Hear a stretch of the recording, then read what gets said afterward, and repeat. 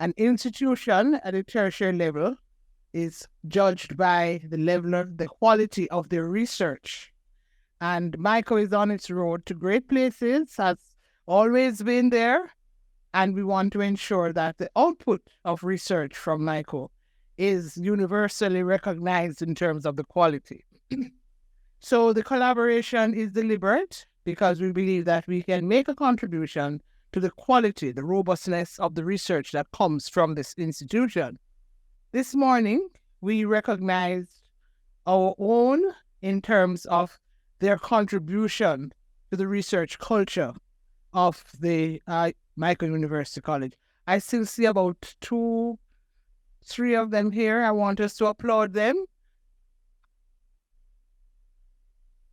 They have set the pace, and the pace is so hot that I sat down and designed the research, collaborative research for the graduate school. So somebody will have to fund that, right? Okay. So this afternoon, we're going a little farther along the road, and we have somebody who has established himself as a first-class researcher. Not just any research, but he has always allowed us to position ourselves as a people in terms of our identity globally. He is Professor Clinton Hutton. You probably see with the camera. That's only a part of his research. Professor Hutton, CD, PhD, is director of the Institute of Technological and Educational Research, ITER, at the Jamaica University College, and a distinguished scholar of the P.J. Patterson Center for African Caribbean Advocacy at the University of the West Indies. He's a graduate of the Michael, and he is now a retired professor of Caribbean political philosophy, culture, and aesthetics at the University of the West Indies. A very unusual combination, a very unusual area of research. So he brings a wealth of experience and knowledge. He is an award-winning researcher. He has done lots of work on the Morant Bay Rebellion, the Haitian Rebellion, the culture of enslaved Africans, and of course, the whole emergence of Caribbean political philosophy. He also has brought to the fore something that is very unique in a way, the African Caribbean spirituality and the use of culture and art and his photographs as a part of that expression. He has innumerable publications, too many perhaps for us to embark on mentioning this afternoon, but they have included Bob Marley's Revolutionary Prophet of African Unity in the Pan-African Pantheon, the use of the Revival Table, that's the Caribbean spirituality. He has made over 100 conference presentations, initiated and organized many conferences. He was a colleague of mine at one stage, and we worked on several projects together. He's a poet, a painter, a photographer, the quintessential Renaissance man. Scores of his work on artistic nature have been published globally, and he has been awarded for his work in culture and education by being awarded the Order of Distinction Commander Class as a national award. He received the Michael Millennium Gold Medal Award as well as the MOSA Gold Medal Award. Let us applaud and anticipate our presenting.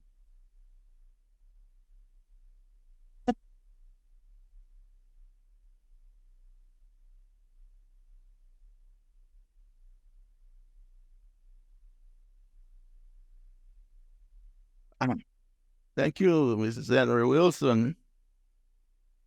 Greetings, everyone. My presentation is called Marcus Garvey, the Pedagogy of Self-Directed Learning. And so I will begin by framing this idea of Garvey as a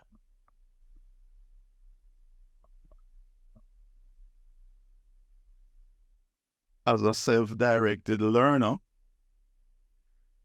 and to the extent that Garvey has shaped Jamaica, shaped the world, and continues to do so, his scholarship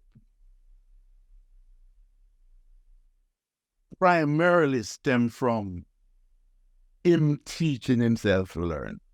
He's a self-made intellectual, and he's a self-directed learner. And this is critical for all of us. Right? So perhaps the most important and empowering tradition of teaching and learning passed on by enslaved Africans to subsequent generations of their descendants and bear evidence, relevance right up to this time is the culture of self-directed learning. Its attendant origins, rationale, and values. Self-directed learning in its truest sense meant that the twin concerns of pedagogy, that is, teaching and learning, consciously and actively reside in the same person. Well, put another way, the agency of teaching and learning to a very important degree consciously and simultaneously resides and operates in the same person. The fostering and development of the capacity of a person for self-education is perhaps the most empowering agental value in the making of the sovereign learner, and perhaps too the principal motivator in the pursuance of lifelong learning as a conscious human existential endeavor, and a value in its own right. The sovereign learner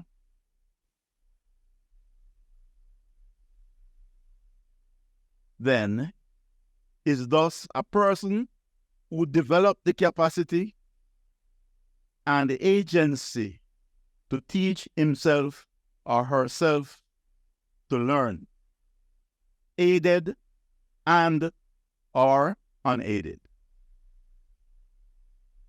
That is to say, it does not mean that the sovereign learner is necessarily only self-instructed or that instruction from without is unnecessary. Both are important to the development of the pedagogical agency of the person. Indeed, it is important that in today's pedagogical complex, a principal role of the teacher is to assist the student to develop his or her own capacity for self-education. Marcus Garvey is an excellent example of the personification of a sovereign learner. So that in this presentation, we will discuss the culture, values, traditions of self-directed education in the African diaspora by focusing on the historical context, experience, and thoughts of Marcus Garvey. In this part of the presentation, I will now set out this context, this historical context, which framed Marcus Garvey's path to self-directed learning. And I am looking at the context that he grew up in and that his parents grew up in. He's coming from a tradition of enslavement, but before that there was no tradition of enslavement. But I'm going to frame the thing within the context of slavery, what education in slavery meant for the people who were enslaved, for Africans and their descendants. What did it mean? So we'll look at that. So what I call the pedagogy of enslavement. And I'm using it deliberately. I'm using it deliberately because there's a way in which we do not understand how we were shaped by that history, but how our resistance to that history also shaped our pedagogy. Right? So the enslavement of Africans in the Americas framed a pedagogical complex in which a supposedly inherently superior European existence dutifully dominated a supposedly innately inferior or subordinate African existence in perpetuity. You know, Britain ruled there. You know, I don't know if you know that thing about no sun will set on Britain, they rule the waves forever. Right? But we know that empires fall. Right? Yes. So this was what was there.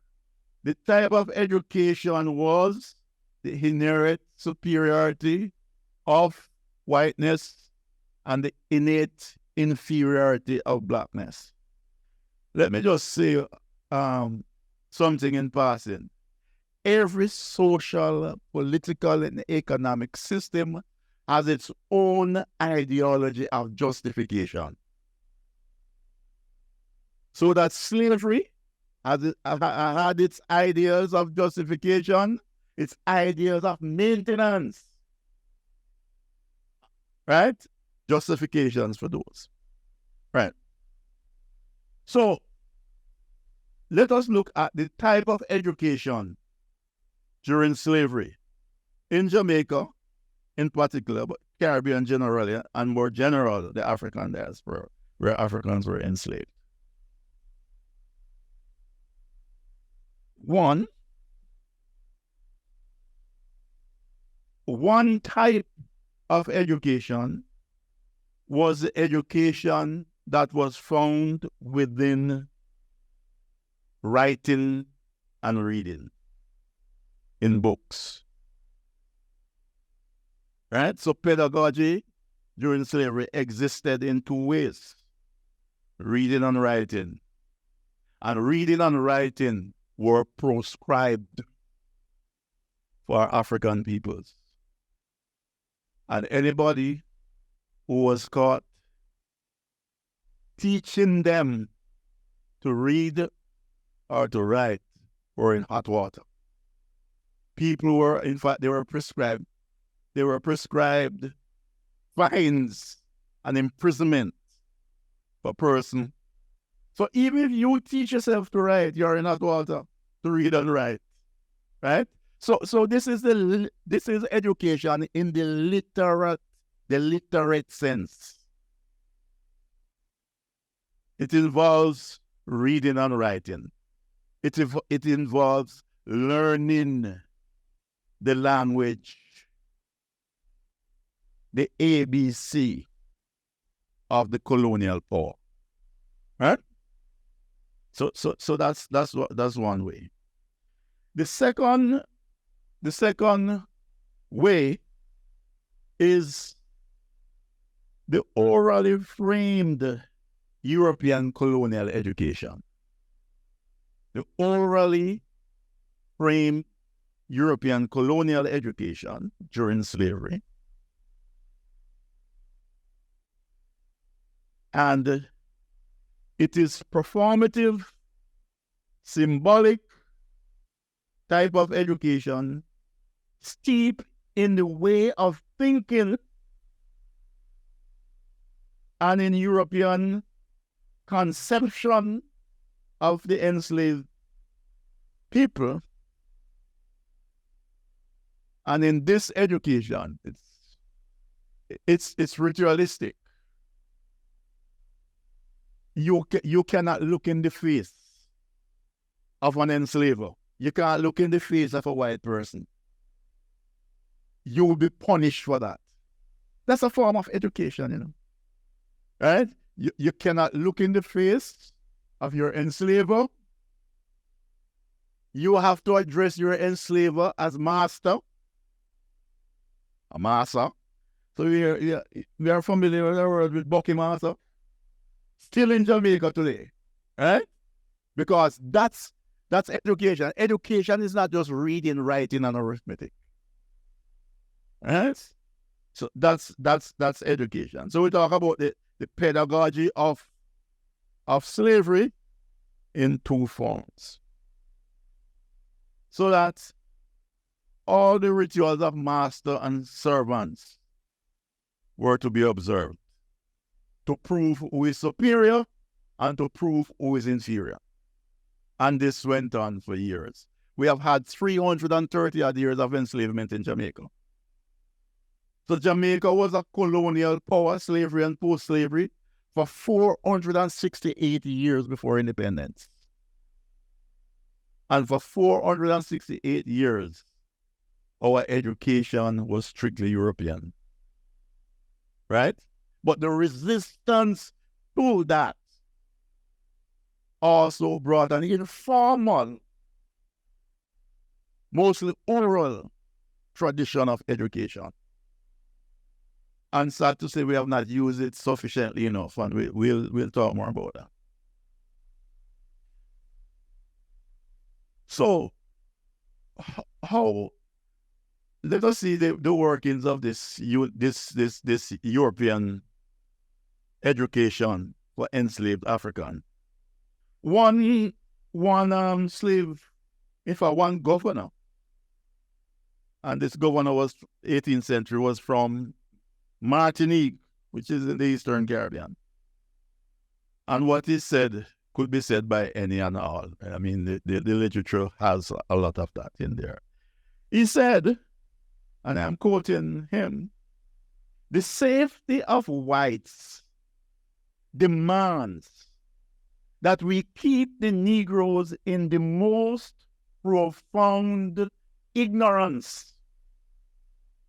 I have reached the stage of believing firmly that one must treat Negroes as one treats beasts." See the purpose of education? When he said we must keep the Negroes in the most profound ignorance. Ignorance is a form of education. Let us be very clear. Ignorance is a form of education. And the intention for the safety, the maintenance of slavery is to keep the African people in the most profound ignorance. That's one side of it. Ignorance, which is a category of philosophy. But that's one side of it. The other side of it is that we must treat them as we treat beasts. Beast is the identity. Africans must be treated like beasts. And in their thinking, we must reduce them to ignorance, the most profound ignorance, right? So what we see in this code are two fundamental philosophical categories, germane to one, being or ontology, and two, knowledge or epistemology. And hence, to pedagogy, its importance to pedagogy. You're laying down the groundwork for what education should be. Right? And the purpose of education is to shape the identity of the people who were enslaved. Not only to shape their identity, but also to have them thinking in the way that the enslaver thought about them. In other words, their thinking is no longer their thinking. Their thinking must become the thinking of the slaveholder. Whatever the slaveholder think you are and should be, that is the way you should think about yourself. Right? Okay. So that ignorance is not the lack of education, but the endowment of a consciously constituted form of education and a way of educating. To devise a policy to keep African in a state of profound ignorance, that is a state of knowledge framed by the enslavers, simultaneously necessitates the transformation of this state of being into beast. They don't go without each other. Right? And the way Africans were turned into beasts, we don't have enough time, so we won't go into it. Safe to say that amongst Africans in the Caribbean, not just Jamaica alone, but there are some classical examples coming out of Jamaica, Africans were forced to eat human excrement during slavery. Forced to eat human excrement. Anybody here from Westmoreland? You are from the place in Westmoreland called Egypt. And one Thomas Thistlewood kept Africans on his estate. And the good thing about Thistlewood, that he kept diaries of his activity and put everything in there, because there's no fear of retribution. Everything is there. All the women he slept with, all the women he gave syphilis to, raped, and whatever he did to the enslaved Africans. So in 1756, for example, a man ran away.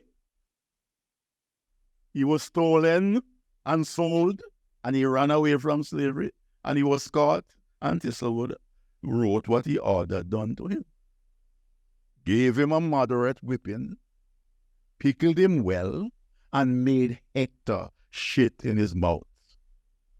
Put in a gag whilst his mouth was full, and made him wear it 4 to 5 hours. Right? This is turning. This is the turning of the African into a beast. This is one example of it. And there are many other examples that we won't have the time to go through. Right? But it's a real thing. We want to make them beasts. So you what?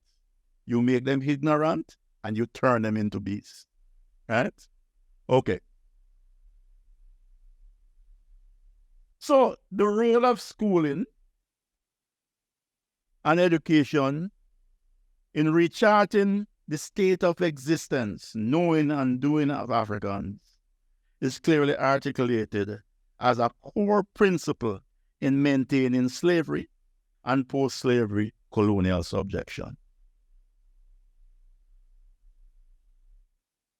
As bad as this sounds, it recognizes African as human. So on the one hand, you will have a view which says Africans aren't as human, but there is a recognition here that Africans are human. Because if you have to keep them in profound ignorance, you're admitting that they are human beings. Eh? Okay, so let us continue.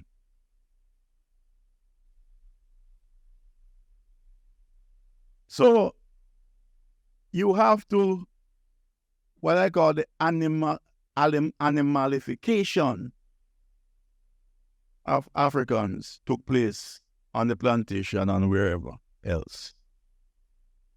Because Africans were denoted as chattel. The word chattel is not far from the word cattle. They're the same, right? So to be bought and sold. And in fact, a chattel, as one of them said, a Negro, quote, a Negro slave is as much property as any other thing.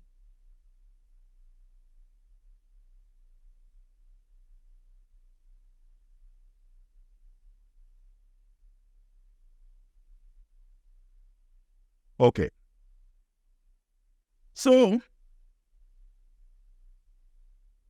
let us look further at this, the type of theories that were articulated about Africans, and which are theories about educating and socializing them, right?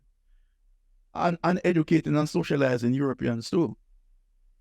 It's not one way, right?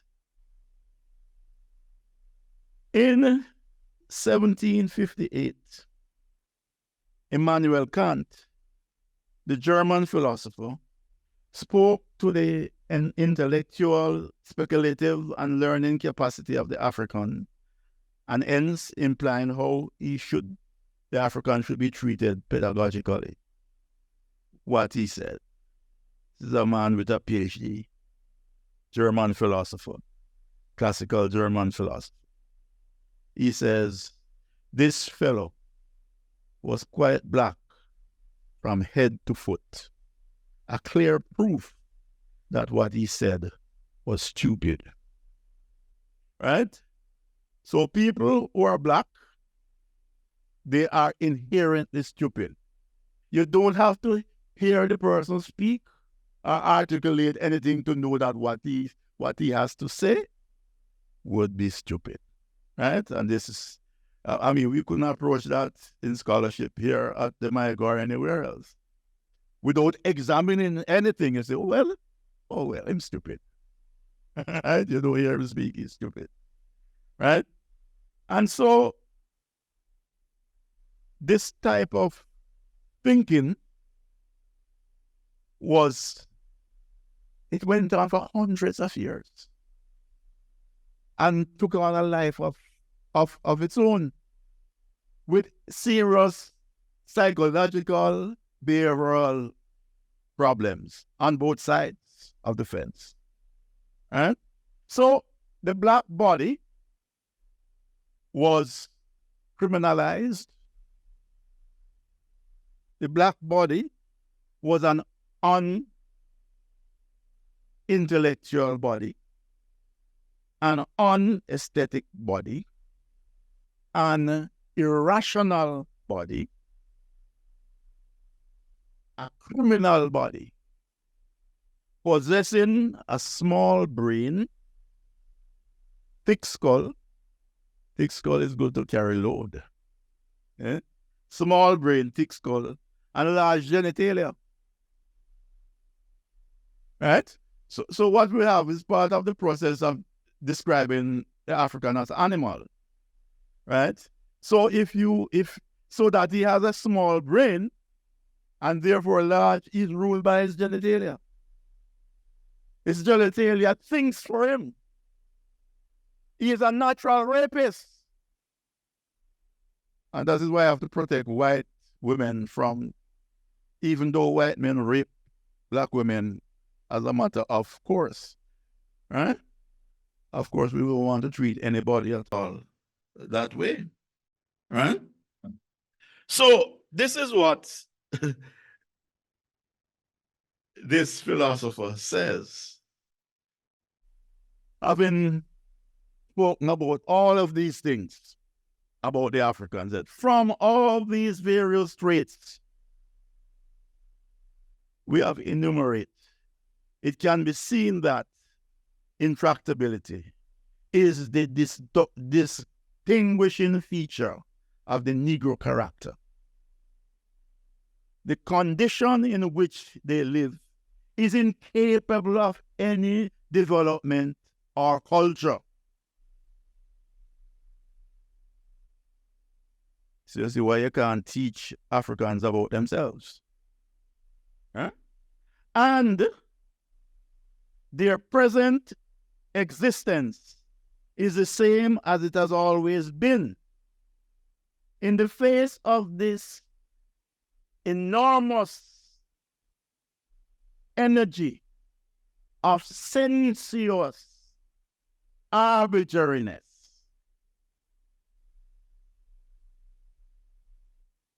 which dominates their lives, morality has no determinate influence upon them.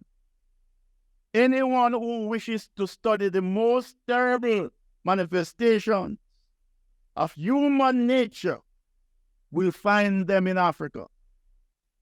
The earliest reports concerning this continent tell us precisely the same, and it has no history in the true sense of the word.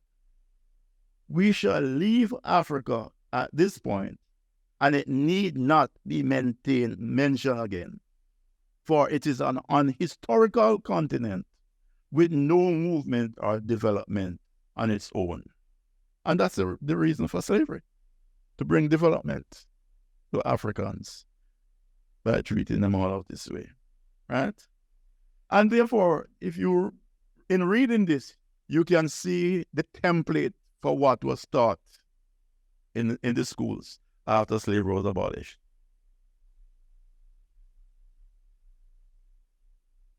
So let us look. So that is the pedagogy of slavery, right? And just to mention one thing, for example, in this, before we move to what happened after slavery.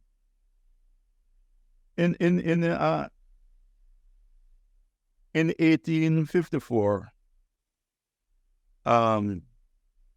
David Hume, a Scottish philosopher and economist, ridiculed and poured scorn on the educatability and intellectual capacity of Africans, in particular, and non-Europeans generally. He said, and I'm quoting him, fairly lengthy quote, he said, "I am apt to suspect that the Negroes, and in general, all other species of men, for there are about 4 or 5 different kinds, to be naturally inferior to the whites. There never was a civilized nation of any other complexion than white, nor even an individual eminent either in action or speculation. No ingenious manufacturers amongst them, no arts, no sciences.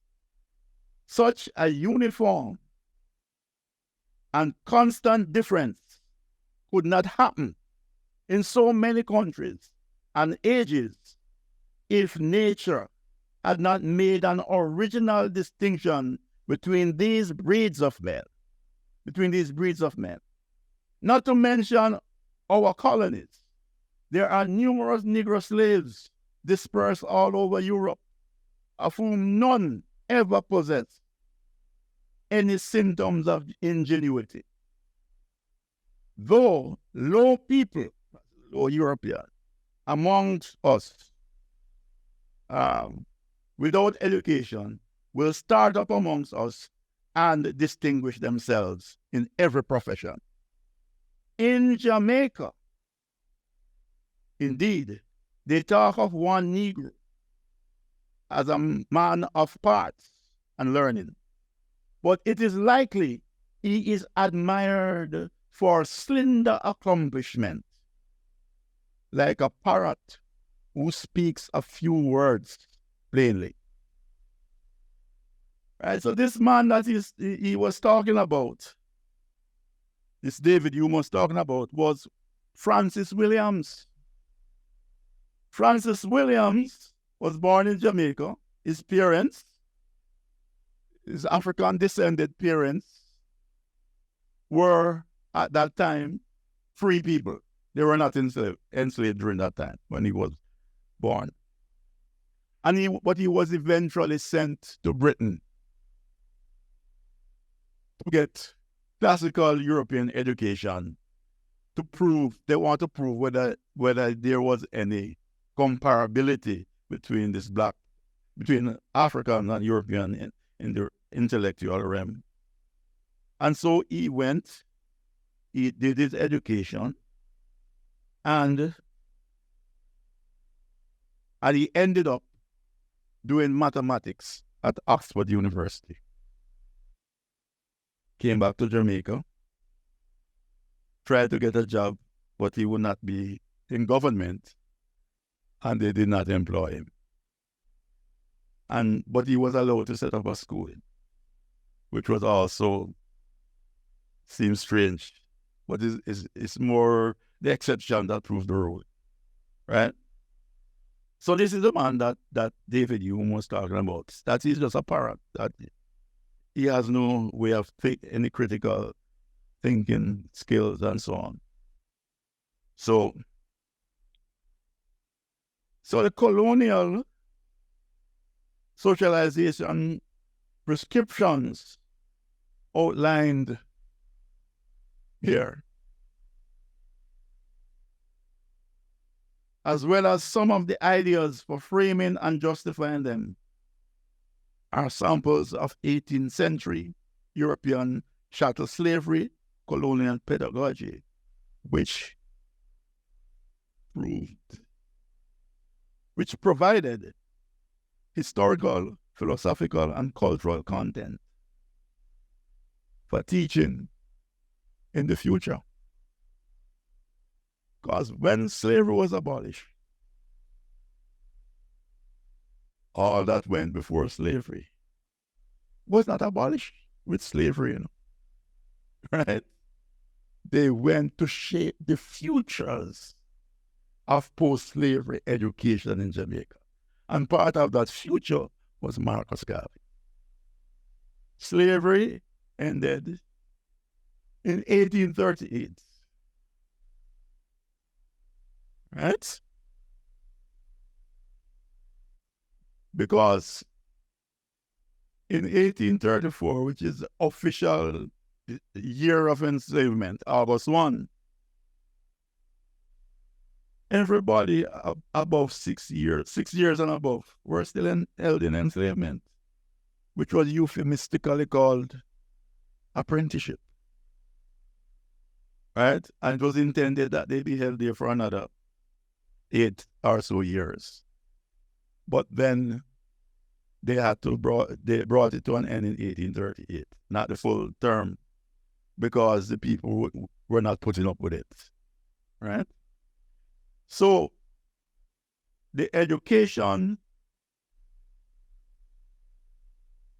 that we have the history of, and Michael is attached to, is the education that began in the 1830s. And I must tell you that the colonial government put in charge of education the churches, the different church groups. Why was this the case? It was the case because before slavery was abolished,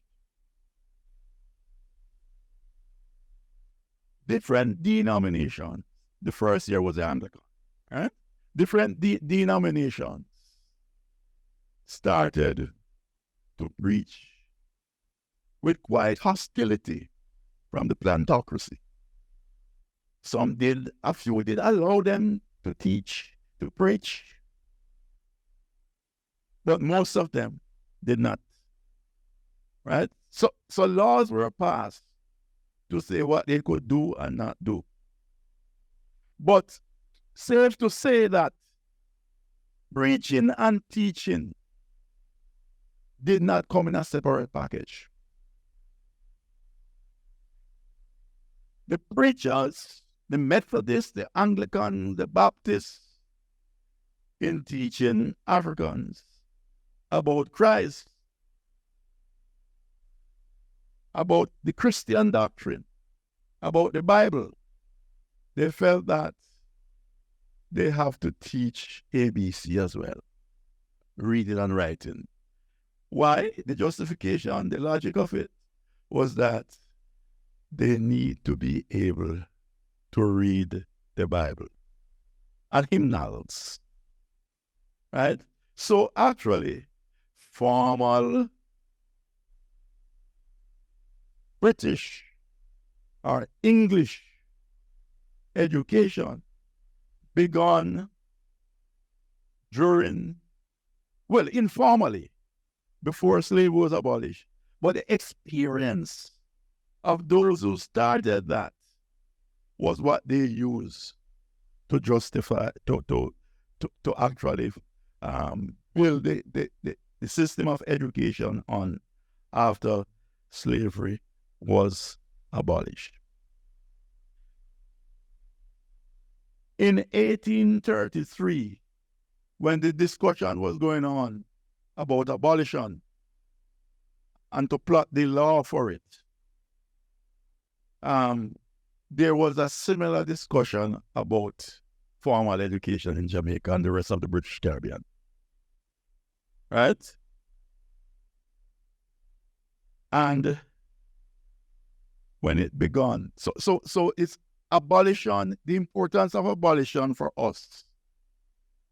One of the big importance of abolition for us is that abolition brought one fundamental change.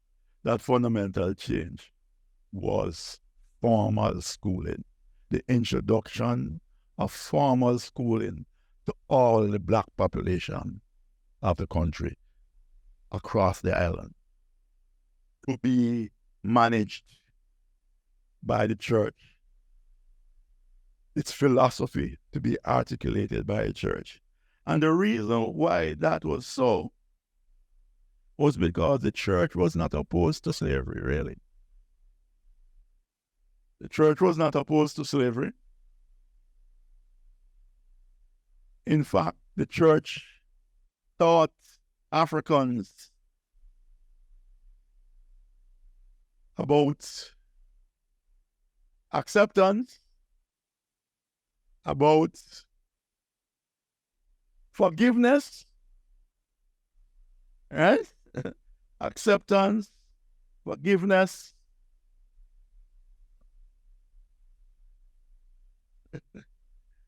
And they found out that that had a very good impact, right? Not that the enslaved people listened to them all the time. They were preaching forgiveness and tolerance and to wait on the Lord. The Lord will determine the date of freedom. Not the planters, or not themselves, the enslaved. Right, so I taught them that. And a person like Sam Sharp said, no, we want it now. Right? And so Sam Sharp led the biggest uprising of enslaved Africans in Jamaica, some 30,000 in Western Jamaica, which hastened the abolition in Britain, and hence to bring it abolition that they are now taking credit for. People are asking for reparation. Oh, we were the first persons in the world to free you. And this is the answer to the call for reparation in the 21st century. David Cameron came to our parliament, and if you go and listen to his speech, he talked about that. So the idea, therefore, that the idea that led to confidence in the church taking over education was because of some experience that they gained, and they saw some positive thing in that experience, and the positive thing had to do with the issue of toleration, tolerate your oppression, forgive your oppressors, be loyal to them. And it was taught in a way to say, if you do these things, it is your passport to heaven. That is actually the way it was taught. You should obey the slave holders, obey your masters, etc., etc. And the Lord will take care after. Great will be your reward in heaven. Right? That is the way it came out. And the church started the process. Indeed, education at the time of emancipation, the new threat for this public education was actually called education. It was actually called religious instruction. Right? And if you look back at the documents up into the 1940s, the 1840s, the 1850s, it was still called education for the moral, because the religion is for the moral uplift of the enslaved. Right? That's the purpose. That they would, and the moral uplift is related to their Africanness. And so one of the things that the church did was to weed out of black people their Africanness. Right? So the church was opposed to African spirituality. They cautioned their members against doing certain things. And the idea was to make them European in the lower sense of the word. Right? Okay, so let us continue. In 1865, with the Morant Bay Uprising led by I was going to say Shamsham, led by Paul Bogle, which I've written a book on called Color for Color, Skin for Skin, marching with the ancestral spirit into war at Morant Bay. One of the things that many of the people in authority said, the education is problematic, because here we have been educating these people and they launch uprising against us. So what they're saying, the purpose of education is to prevent those things from happening. And in the sense that that is not happening, it means that something is wrong with education. You have to wheel and come again, right? So, in 1865, some of the supporters of Paul Bogle came up with a slogan: black skin, white heart. Black skin, white heart. To denote, having gone through all this education, some black people noted that some other black people were behaving like white people inside while they were black outside. That's one of the purposes, one of the problematic, one of the negative things about the education system was that it turned some people into the agency of whiteness, the carrier of the agenda of whiteness, right? And they call it black skin, white heart. When I was growing up as a boy, it was roast breadfruit. I don't know if we still call it that. Yes, that's the American version. Who said that? Yes, that's the American version. And in other places, they call it coconut. When you take off the skin off the coconut, outside brown and inside white, right? No. This idea is a profound pedagogical idea. But guess what? That was not in the curriculum of the colonial school. The idea that you can educate people into helping themselves and not want to unite with people who look like themselves, because anything too black no good. Right? And later, you will learn that Marcus Garvey's idea about mental freedom is the solution to black skin, white hearts. Right? So, what am I doing? I am looking at how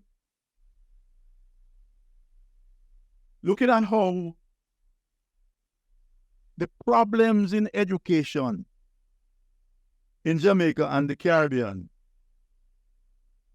how there are things that are not in the curriculum. It's British, but how from outside the curriculum, there are other views about education and what it should do. Education should not make you mentally subservient. Right? And the proof of that was that there were people in Morant Bay Uprising who supported the plantocracy and fought for them and killed their friends and relatives on behalf of them. Right? So we are looking at the things that encourage self-directed learning. When people were able to read and write, what it did was to encourage self-directed learning. If you can read and write in the literate sense, because remember we said that there are two types of education.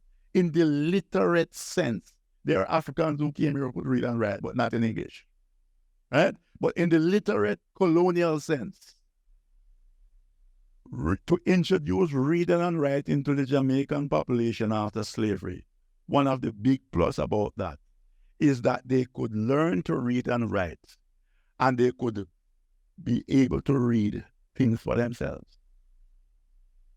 Right? In other words, they could engage in self-directed learning by reading books or newspapers and other materials and interpret the Bible for themselves. Right? And they certainly would not interpret the Bible like it was interpreted before that time, right? They would have a different interpretation. Right? Okay. So, black skin, white heart.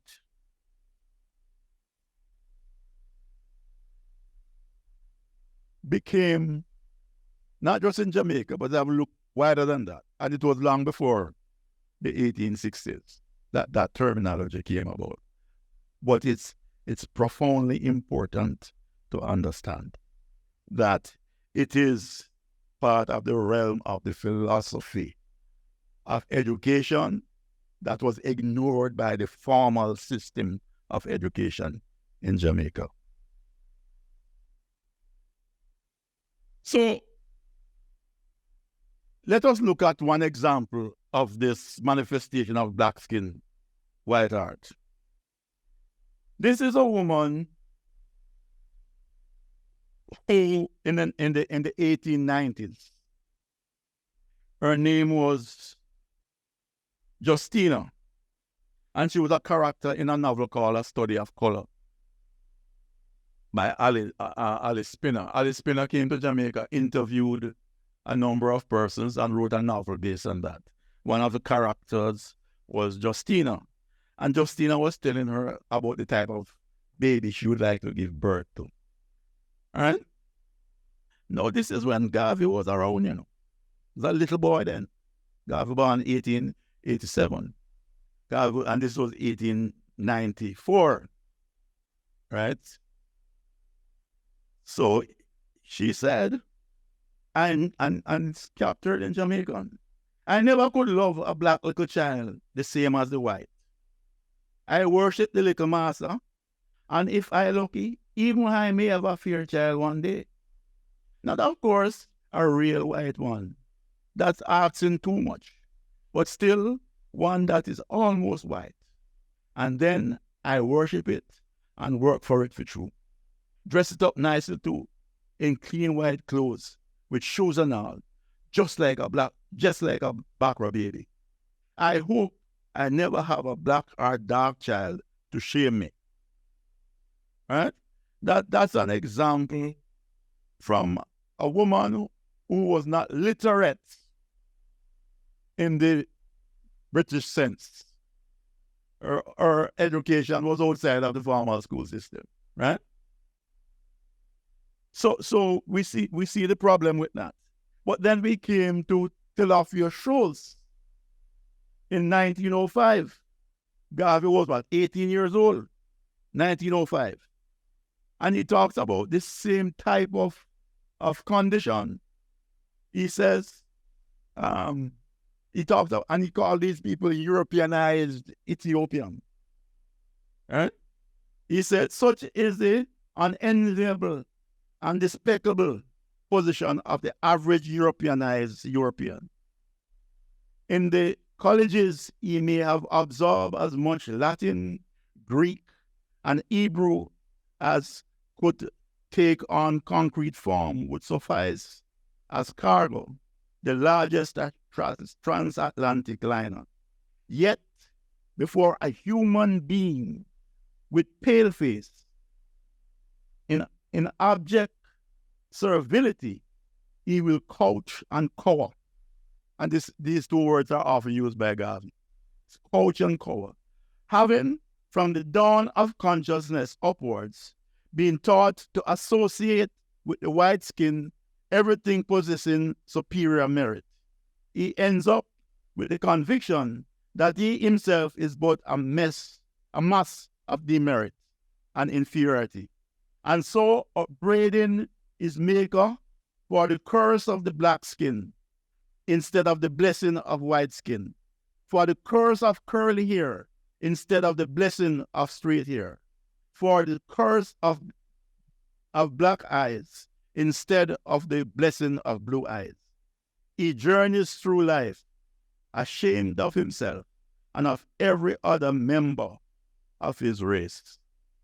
And I did this and compare it with Justina. One without the European education and this one with the European education. In other words, you could have 1 million PhDs, you still could be black skin white heart. You still could be rose breadfruit. Right? And that is why it is important to understand these resistance philosophies developed by our forebears against the racist philosophy of Europe. Right? So, all right, let me go that. In 1865, John Willis Maynard, 1865, New Bogle, an African-American man who came to Jamaica, was coming from Belize. He was working for Abraham Lincoln. During the Civil War, they sent him to Belize to check out land because the original idea of Abraham Lincoln, the reason why we are fighting Civil War amongst ourselves is because of black people. So we're going to send them away. And he sent this black man who was a clerk on Capitol Hill to go there to see to the availability of land in Belize, which was then called British Guyana, British Honduras, right? And so he went, and on his way back from Belize, he stopped in Jamaica. Eventually, he came back. He left. He came back. He met a woman. She was what, 17? He was 25. And he came back and got married to her. Started to write some letters on popular education. Those letters to the newspaper, the Sentinel, are as important then as they are today. Right? He was arrested by the colonial authorities and taken to Upper Camp under martial law. The American State Department intervened to get him freed.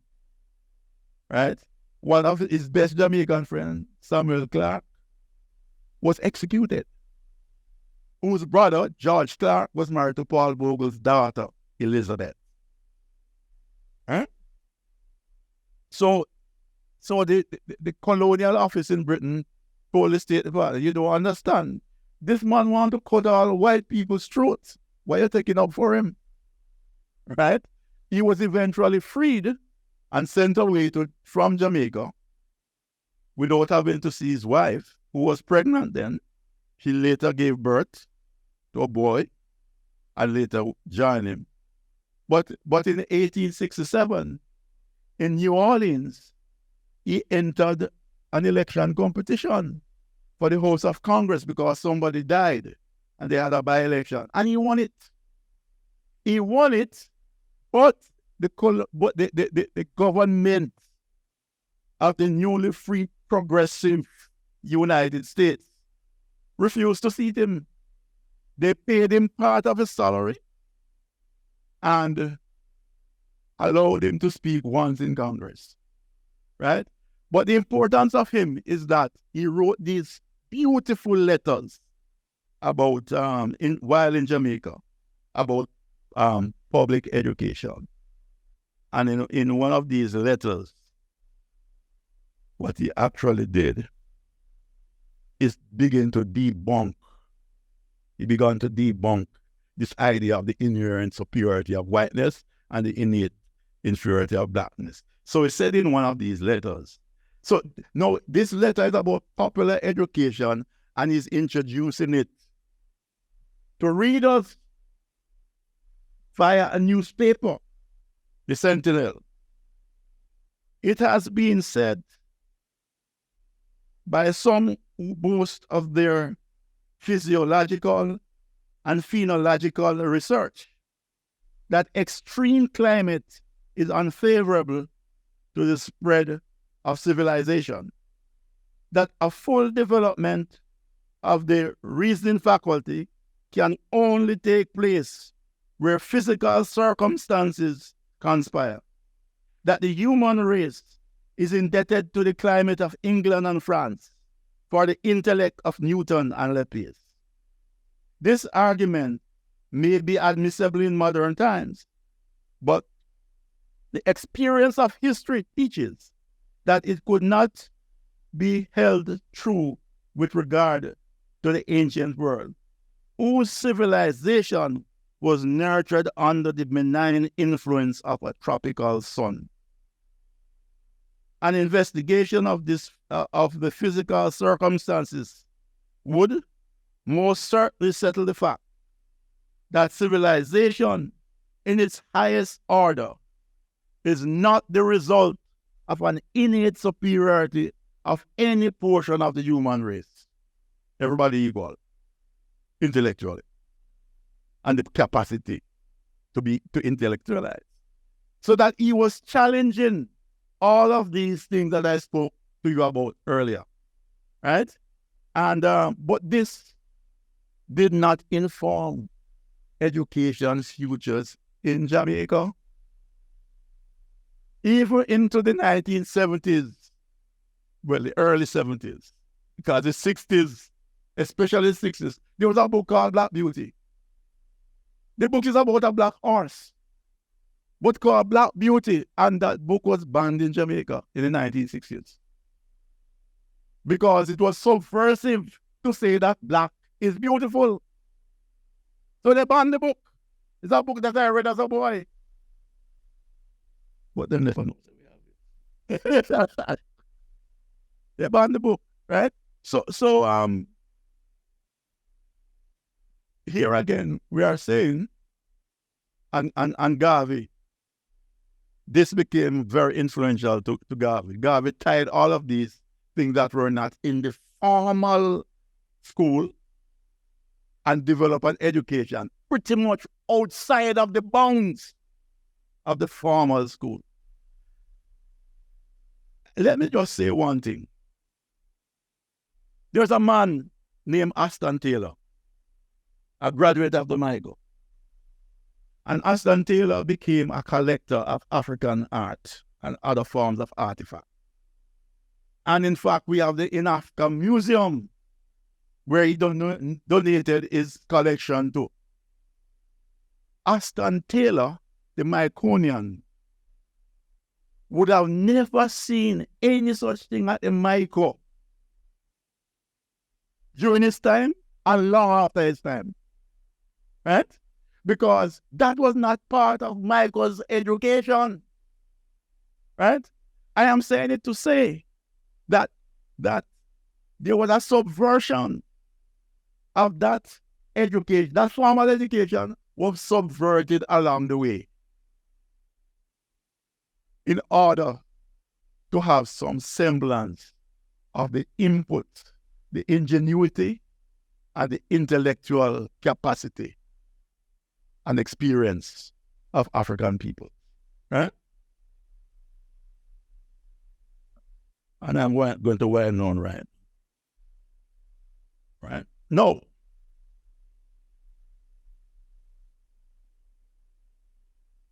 Garvey went to school, was born 1887.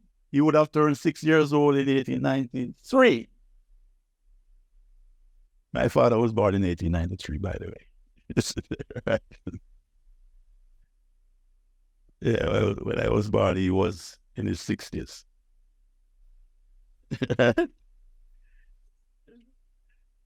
So my first sister was born in 1915. My first sibling was born in 1915. My mother was born in 1931. So Garvey. So let us go to Garvey, because what I was looking at is how, and it's not going to be long, is how what I've been saying framed is precisely is moved to self-directed learning.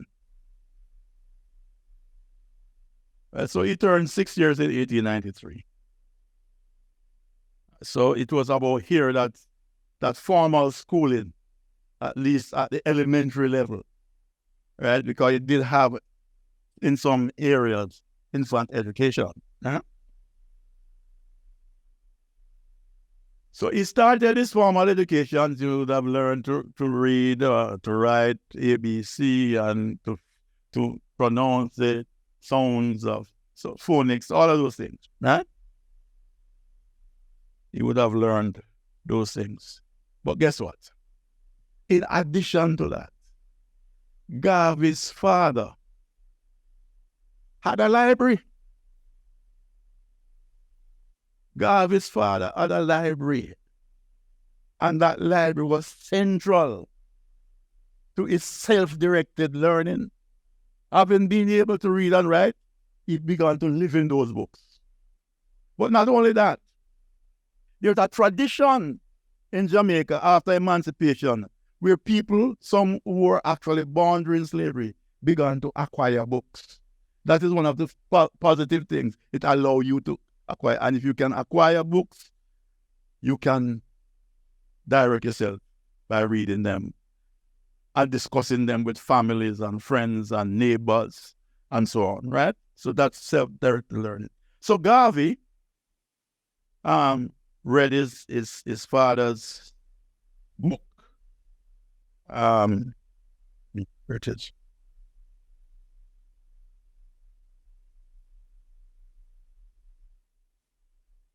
Then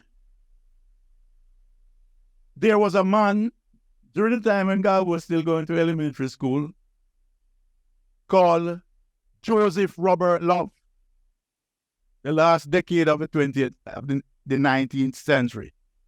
Joseph Robert Love, better known as Robert Love, a medical doctor, was born in the Bahamas, a black man, worked in Haiti, studied in the United States. Joseph Robert Love, in the 1890s, established a newspaper called The Advocate. And those things that were left out, that John Willis Maynard spoke about, the black skin white art thing, that Bogle people spoke about, those things began to manifest themselves in Robert Love's newspaper. In fact, Garvey went on to say in the 1920s that if Robert Love was alive, it is not he, Garvey, that they would attack. It would be Robert Love that they would attack. Robert Love played a very critical role in the establishment of the Jamaica Union of Teachers, which was founded mainly by Myconians, right? But he was not a teacher. But he won a seat after they started election again in Jamaica. He won a seat in about 1903, 1905, thereabout. And most of his votes came from teachers who had the right to vote. Right?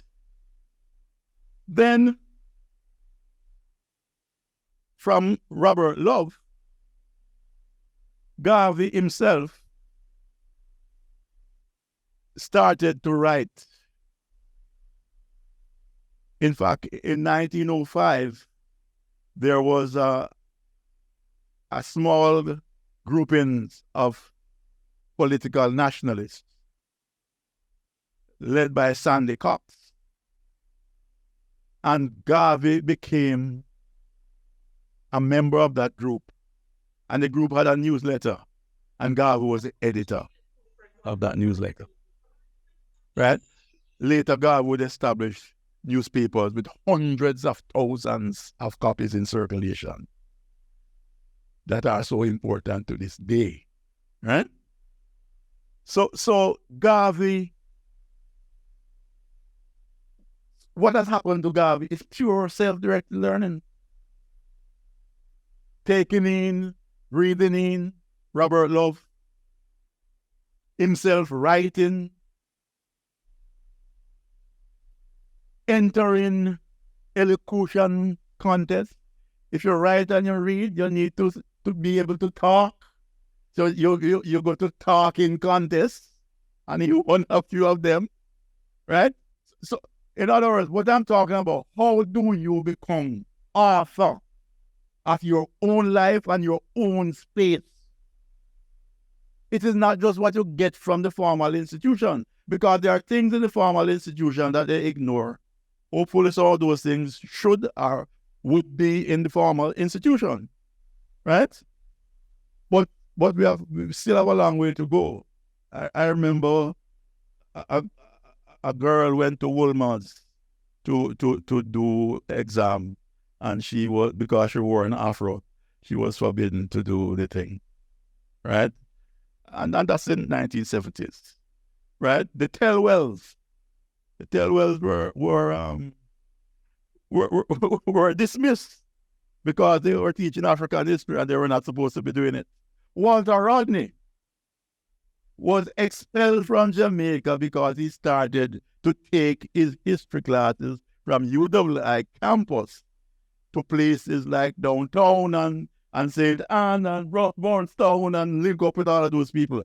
And they fired him. And you can read what the Minister of State at the time said about Minister of Home Affairs and so on. And you can read Mr. Siaga's book, one of his books, he talks about that. But the idea was that if you teach about Africa, you are going to stir up hate in black people. And it is bad for the tourist industry. That's what was stated, right? Right? So elocution, writing, all of these things help you to expand your vocabulary. It is important that you expand your vocabulary. If you want to fly faster and higher, expand your vocabulary. Learn to speak so that you can express yourself. When you're talking to anybody, or anybody talking to you, look in their face. Don't cover, as Garvey would say. Right? So Garvey's motivation about the history and role of black people in the world was what motivated him to, on his way, to consolidate his self-directed learning process. And because in this area of self-directed learning, he developed what people now call the philosophy and opinions of Marcus Garvey, not just in the 3 volumes that have been published, right? But they are still excavating his work and putting them in volumes, right? So what is the lesson for us? Teacher cannot tell you everything. Teacher cannot tell you everything. Your agency, your ability to research, to read, and find yourself into different worlds is what is going to strengthen you. The most important power in education that you have is the power of self-learning. Is the power of self-learning. And for me, what I like for my students when they challenge me in class, and they're able to challenge you because they read the stuff, they analyze the stuff, they have them ideas, they read different things. No, people don't even want to read the course outline. Right? Some people don't even want to read the course outline. right.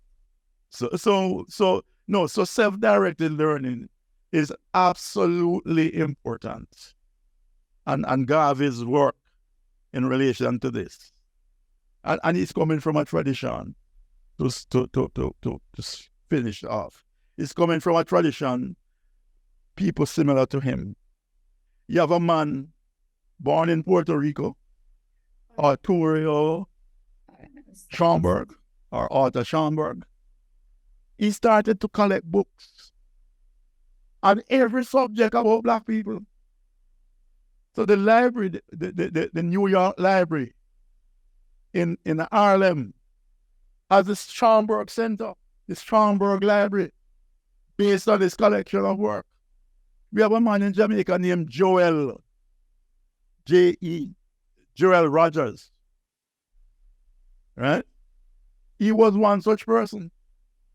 These were self-motivating people who had deep concern about a particular subject matter, and especially as it relates to the African race, and that propelled them into the realm of self-directed learning, the things that you can't get from the school.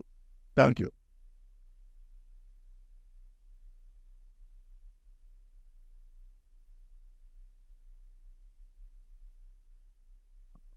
That's what you call a tour de force. What you cannot get from a book, we just got it from Professor Clinton Hutton. Let's give him a rousing applause. So I hope we noted it. I come from the old school, where you take notes. I know you take pictures these days, so when you say anything, the students say, but miss, we never got it in a picture, right? All right? Or we never saw the PowerPoint. So, the president signaled to me long ago that he has a question, so I'm going to give him pride of place. I know we've been here for a while, but I think it's important for us to really put all of this together as a part of our research and our own thinking and cognitive development. So, Mr. President. And if you have anybody else has, please, yes. Just blank there. Good afternoon, everyone. Professor, well-researched, well-developed presentation. But because of where I've been placed, the position I'm on the field right now, it caused me to reflect in a particular way.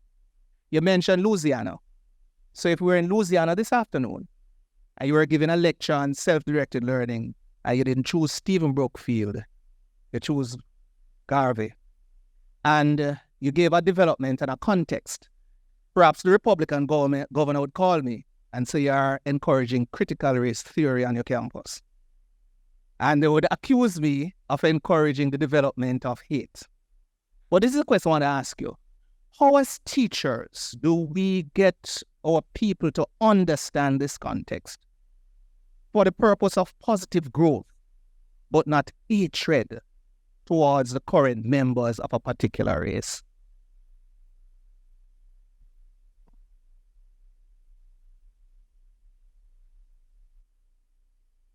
We have a long history of this, and every time people of African descent try to articulate their position in the world, they are shut down. That's it. Or in another place, they would say that's anti-Semitism. Yes. But it has to be taught. I don't hate anybody. I need to know my history. I need to know myself. I need to know my roots. That's liberation. Right? That's liberation, and that is helping to chart a path for younger people, younger generation. We don't want to live with them. I mean, people have died for this, right? So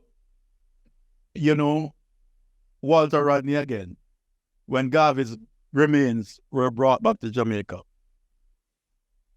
and buried, Walter Rodney said they brought back the remains of Garvey and they left his philosophy abroad. Right? They left his philosophy abroad. And that's important. We cannot but teach ourselves. We can't marginalize ourselves. We have a history of doing that, because Garvey also talks about the psychology that developed as a result of that education. And part of it is cowering, is self-marginalization, is self-hate, etc., etc. Right? We can't continue like that. Right? And increasingly, more people are saying we can't continue like that. We are not teaching because we hate anybody. We are teaching because our history is not just our history alone. Our history is white history. It's who colonized the place. Right? And the fact that we still have racism, let's put it another way. Black people cannot be free from racial domination if white people are also not free from white racial domination. Right? We want a world in which people can relate with each other and save each other's soul. We want a world where you don't want to go down the road and think a police are going to shoot you because of how you look. Or you can't get into a school because of how you look. And some cases in Jamaica, which is outside of that realm, because of where you live, where you come from. Right? And we have some serious thing about schools in certain areas now. Research has been done about schools in certain areas. And those schools accounted for most of the violence. Graduates of those schools accounted, right? It's not because the school bad. It's because of how we have organized our lives, So I'm not going to take any responsibility for the fear. You see, what happened? 300 years of enslavement and the most brutality. I just talk about the discrimination there. I mean, I've written an entire epistle on that, right? But guess what happened after that? The people who do that, and they do that tradition, which say they are fearful. And so if you're going to teach about that history, I don't feel comfortable with that. Or the policeman said, I shot the man because I was afraid of him.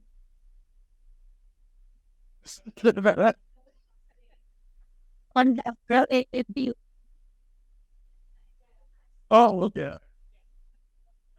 Okay, so you spoke about the black skin, white heart. Yeah. So what I'm asking is, what is necessarily the issue with that? Because you have to also remember that we that are here now, are we that grew up in this culture and this time, our thinking was influenced coming up. So it can't necessarily be a bad thing that we have adjusted over a period of time to what they necessarily wanted us to adjust to. So it cannot only be looked at as that.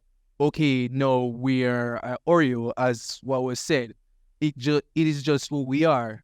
So you have to remember that everything is influenced by how we're brought up, influenced by our parents and the culture around us, and what do we think is right. So remember, we also have our own reasoning ability. So we are set to reason that, okay, if they say to us that this is not socially acceptable around us, then of course we're going to try to adjust to that. So I don't necessarily, I sort of disagree. So I don't necessarily think that is something wrong with being that, because With being what? being an Oreo, because it's us. Because remember, I am not. okay, no, because it seemed like you disagree. It seemed like you disagreed because you didn't explicitly state that. Listen, there isn't anything wrong with this. You just brushed over it for a second. That's why I No. What I've been pointing out is how the way we have been taught damage our way of thinking, our way of doing, damage our social psychology. In fact, Garvey called it abnormal. Now we have something called abnormal psychology. Garvey called that thing unnatural. It was still a few shows who call it abnormal, right? Because what has happened, you have been taught to hate yourself, but we can't go through the history of that, because I could show the exact consequences of those things and what they meant for people in communities, what they meant for people in the way they think and the confidence that they have or don't have. Right? So these things are real. My attitude is, we have to understand where our forebears coming from. And they are not just coming from slavery. They are coming from the longest history of people in the world. They invented mathematics, right? They literally invented mathematics. They invented philosophy, right? Many of the things that we take for granted, that we use every day, we take it for granted that they are done by white people. We assume that. Why we assume that? We assume that it's because of the particular history, the particular way we have been grown. And all we are saying is that we should not continue that, right? How we should not continue that? We should incorporate some of what I have said in the school system, right? But we have not done it. When we got independence, our first independence government abolished Emancipation Day, the most important holiday of our forebears. In 1962, our government, independence government, abolished it. You know what was the reason behind it? Well, we are out of many one. We have everybody else, although you are 90% of the population. And I'm not saying this to say anything negative about anybody else at all. Right? But I say we are out of many one, and therefore 90% must be silenced about their story. Right? But we have to speak. We have to learn from our ancestors and speak for them, because they have been ignored, so that we can speak for ourselves. Right? Absolutely. Yes. All right, thank you very much. Thanks, Prof, for your presentation. You mentioned what to me is a problematic relationship between the church and the state in sustaining what you describe as a pedagogy of slavery, ill treatment and ignorance. Loyalty, Yes, forgiveness. right. Yes. So, I can show the materials. and you indicated that that was during and after slavery that the church has been involved in this. So my question is, how do we treat that relationship going forward? No, okay. So I can answer in several ways. One is that people many of the people who have been taught by the church, like Sam Sharp, has a different theology from what he was taught. Sam Sharp developed a different theology. Look here, Michael is a denominational institution. Yes, I know. Yeah, right. You know, the good thing about it, you don't want to say anything about that. It takes in everybody, and that's what the beauty of Michael. But Michael meant, because for most of Michael's history, we have men as students, right? We began with 3 persons, 1 female, and they were from outside of Jamaica in 1836. But Michael produced many preachers, and they are some of the most important people in the development of this society. Right? In fact, some went abroad. Right? So the point I'm making, is that that resistance to whatever you were given, that you have the mind and the mentality to reject those things. But there are certain things we have not taken on. And some some of them we don't even think about it sufficiently, because the first book on education I read it at Michael, Shirley Gordon, Central of Western Education, right? So that's my first interest in education as a subject matter. But there are many very key points in there.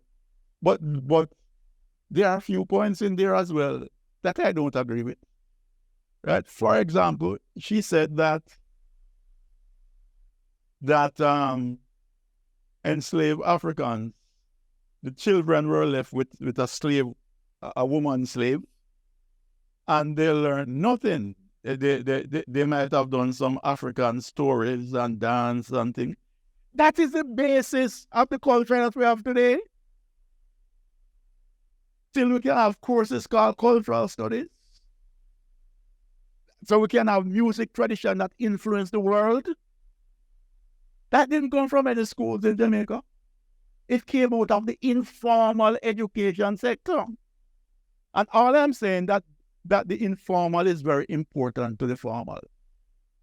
Right? Most of those guys in music coming out of the sound system, their formal schooling was not in any school. It was in the dance hall. It was in the place where dances were kept and music played and people performed. The first DJ came out of sound system. It was a selector who became DJ. And now DJ is a genre by itself, which is everywhere in the world today. So if we just say, boy, well, the culture of our forebearers, that was foolish. That was not education. That's not true. That's all I'm saying. That's not true. Oh.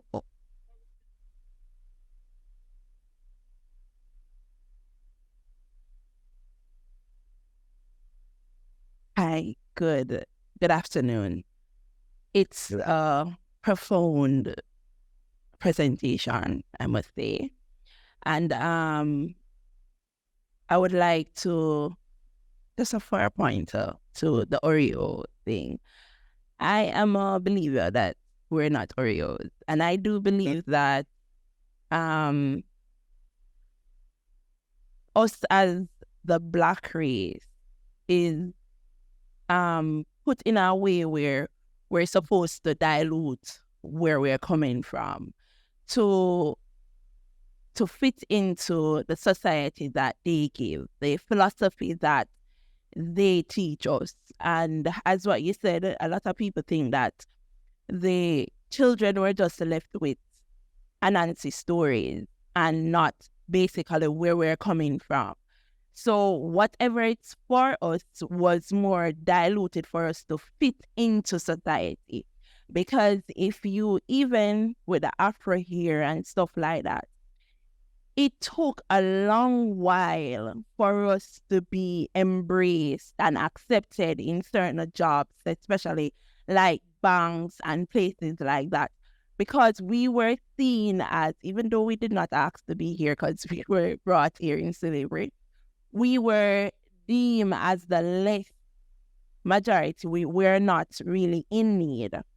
And I believe, as what you're telling us today and you're embracing, I believe that as Black people, it's not about aid, but we need to know where we're coming from in order to embrace where we're going.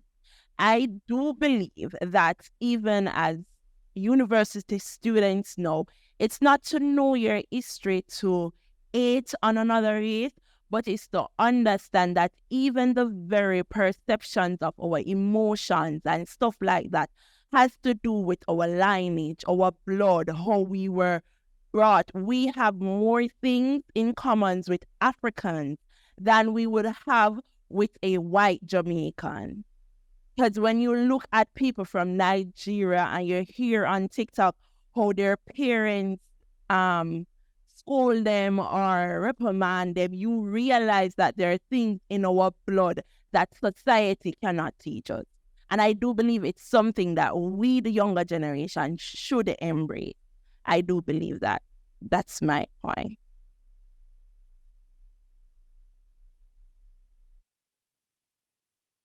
Good afternoon.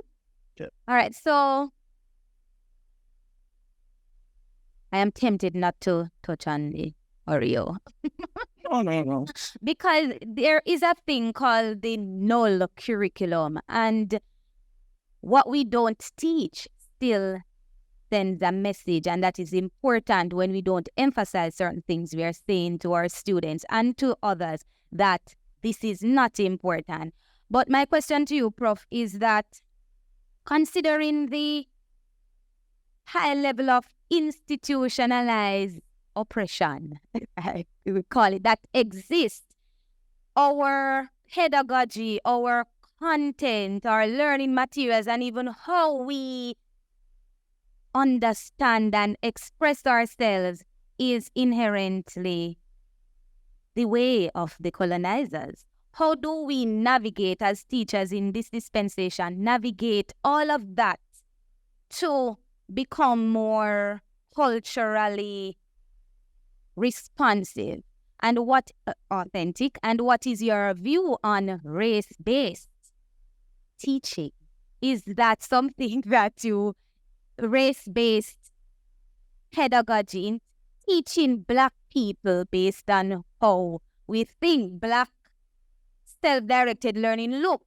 What are your views on that? Because for me personally, in terms of self-directed learning, and you mentioned the whole idea of learning the language, why is that important? Why should I learn the language of the colonizers in order to be considered as educated and to survive, because it's really difficult considering the internalized dominance of the whites.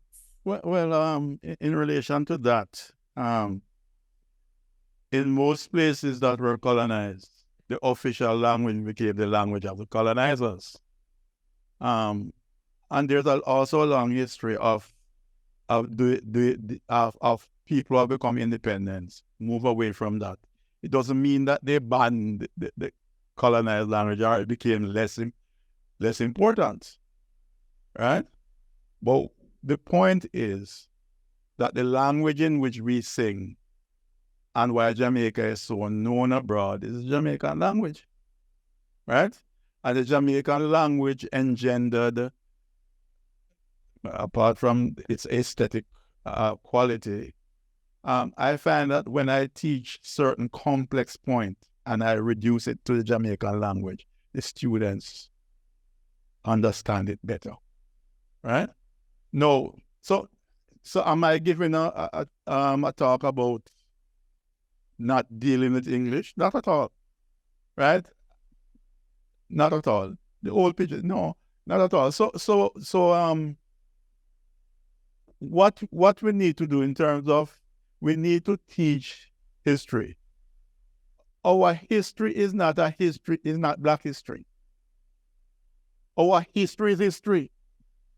Our history is not some second class something. Our history is history. And our history is not for us alone. Our history is for everybody to learn.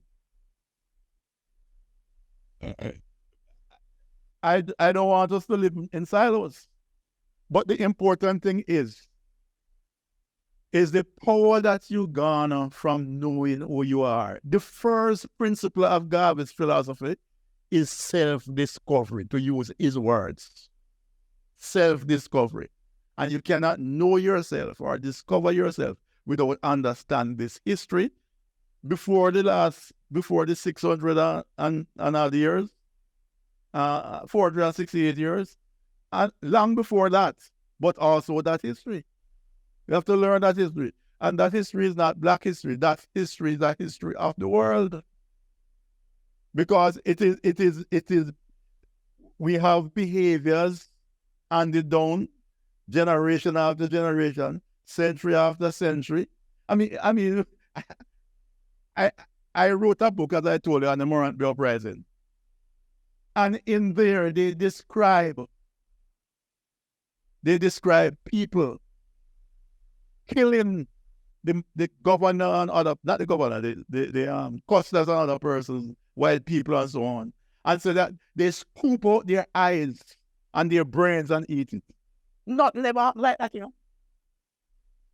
Or the purpose for the Morant Bay Uprising was to the purpose of the Morant Bay Uprising was not for freedom. It was not for freedom. It was freedom. It was to satisfy the appetites of Black men for white women's flesh. All the evidence that was shown in the Morant Bay thing is that there were Black women who were raped during the white suppression out there, and no white woman no trouble. Right? But you say that in order to destroy them. Right? These people are just racists, are just rapists, or they that's what they exist for, to rape, and therefore wipe them out of creation. Right? We must understand that language continues this day. Listen to the news. Go on TikTok. They are trying to take away the... That one person and one people. We have a person white, and then one person. And then in the interest of time, that's one. Yeah. Very stimulating. Right. So I would just like to thank Professor Hutton for all that he had to say, although I was thinking to myself, as you described all the terrible things that happened, that you were inciting revolution in here, and I wondered how we would actually deal with it, if we all got up and followed our feelings. And having been in Washington, D.C., when the Black Panthers and Stokely Carmichael and other people like himself were there, and I did not stay in my apartment either. I went out on 14th Street, which was the connecting, and challenged the white soldier. I was a part of the mob that wanted him just to do something so we could kill him. So I have, in many ways, and that would only be the tip of the iceberg of the way that I have explored this whole situation in my life. Because I must tell you, although I've read many books, I am not a great believer in books. Yes, I'm a believer in myself and my own experience and living in Jamaica, living anywhere that I've been. And I must say, I know who I am. Okay, I when I hear everything that you say, especially the part about where he forced him to eat, you used the word excrement. I don't know if you think you said shit after, but you use that word, and then after he finished, he actually gagged him with something. I was thinking, my God, that's worse even than a man who, told an African to go into some boiling water. To set up some boiling water and then jump in it. And it is so inhumanizing. Okay, the thing about that, and I just want to let you know that I have experienced the rage in so many different ways at different times. But my concern at this moment is something that was engendered by a Professor Bryden, who gave a lecture at the university.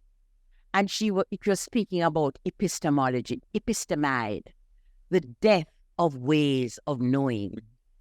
And there are two things. We could spend a lot of time trying to kill a white guardsman and talking about all the things that happened. That song by a Jamaican, is it Nadine? Action, not a bag of mouth. And the only person who can define and say who we are is us. Nobody else can do it. And as I listen to it all the time, the Marley thing where, is it Beyonce singing this thing with one of the Marleys? Don't let them fool you or even try to school you. Because I don't necessarily even believe in the education system. It has been a cloning system from beginning to end. And I rejected it instinctively when I went to St. Andrew High School at least 3 million years ago. So now the thing that has to happen, I really think, is that we need to, and Rex Nettleford has said this, and Camo Brathwaite as well. Camo Brathwaite talked, and persons who have taught me, I am blessed to say, yes, and I got a double A from Camo Brathwaite. I'm not going to be much longer. Yes, I'm going to shut it down. We could stay a long time. And Brathwaite was talking about whales underneath that we don't even know. Hidden whales underneath the surface of us. And Rex Nettleford said, we are the only ones who have to put systems in place that we can go forward. The education system on every level is to be questioned. It is inherently discriminatory. Now, and the final thing I would say too is the thing about orality. As a music person who worked at Animalic College, the School of Music, when I retired, I was the acting director of the School of Music. I began to discover an epistemology, an ability. Bob Marley and none of our famous griots, now called musicians and lauded by the capitalist system, who has learned that they can use them to sell their goods. None of them learned Western staff notation. None of them went through the Western music system. There's another form of epistemology, orality, the oral tradition, where community and transmission of knowledge did not happen based on some system contrived by a mind that is solely, bent on being cognitive and not communal or connecting in any way with human beings. So now we need to explore more who we are and put those systems in our education. Right now, there's something called STEAM, I understand, which was originally STEM, which only had, history, technology, whatever it is. They have more recently added arts. And arts is the major communicating media for us. Yes? And I had a teacher, well, just from Australia, but she was on it anyway. Experience before the explanation. We can't spend the whole time. It is good. Yes, and I'm not to say I've never read, I've read. But you don't have to believe everything you read. Yes? And we need to explore ourselves more and stop letting other people define us. Would you like me to end now?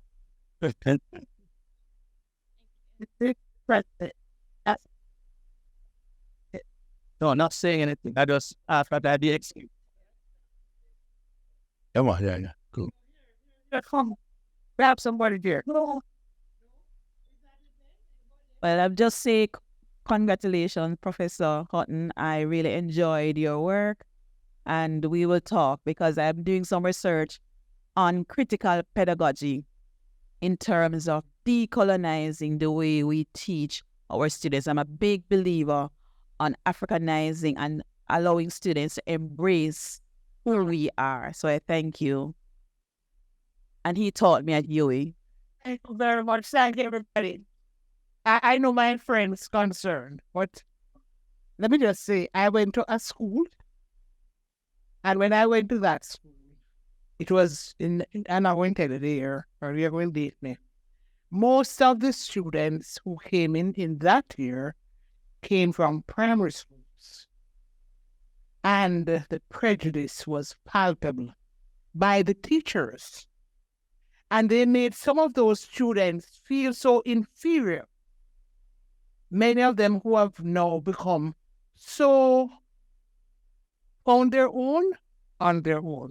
There were some of us, and I was telling one of my friends right here in Michael, some of us who decided to fight the system. And we had to fight it on behalf of those girls as well. And when you talk about whether it's black heart or white heart, the principal of the school at the time was a white lady, but she understood why we would wear our afro. A black lady came after and told us it was incorrect for us to have our hair looking so bushy. Right? It was good for us that some of us could stand up. And I'm saying we expect other people to fight our fights today, because we have no appreciation that we have it within us to empower ourselves. And the empowerment is what is either, I don't know what color heart, but it's a heart that allows you to take your place in life. And if you can't do that, brethren, that's it. Nobody now love it for you. Right? We have to know who we are and stand up for who we are. And all of us start to think the same thing. But we have to be collegial, something that I'm missing. We have to respect each other and allow others to have a voice. Thank you very much. And now we're going to have where's the thank you lady? Oh.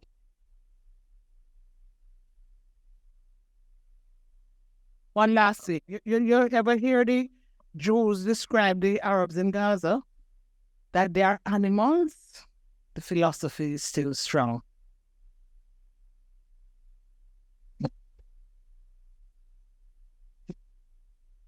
Good afternoon, everyone.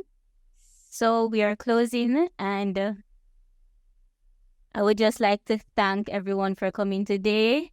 Really grateful for our team, especially our videographers. Rayon is not here, he stepped out, but we have Raymond and Paris. Very grateful. I would also like to thank Michael team, especially our collaborator, Graduate School of Education. And I will also have an announcement for next week. So next week we'll be having Research Tuesday. And the gentleman at the front, he'll be giving his presentation. So please, next week, 10 o'clock, same place, Enos Lecture Theatre. Reach home safely. Thank you for participating today. Bye.